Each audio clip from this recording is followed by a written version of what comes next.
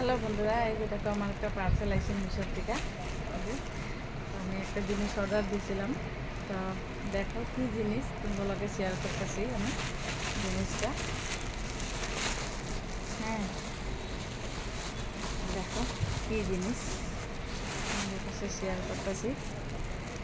আমার একটা মাসাতো বোন আছে, তো বোনের একটা বেবি হয়েছে।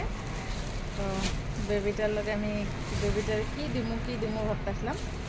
তো ভাবলাম যে কাপড় তো সবাই দিব না, তো ভাবলাম যে অন্যরকম একটা কিছু দিই। তা এই যে দেখো একটা মসকিটো নেট, হ্যাঁ, উইথ বেড। দেখো, আর দেখো একটা ছোট্ট একটা পিল্লো আছে। পিল্লোটাও এত সুন্দর না?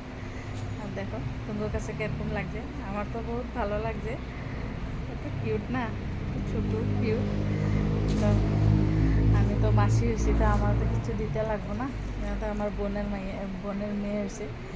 তো লেগা আমি একটা ওই কিছু একটা দিমু তাই ভাবতেছিলাম।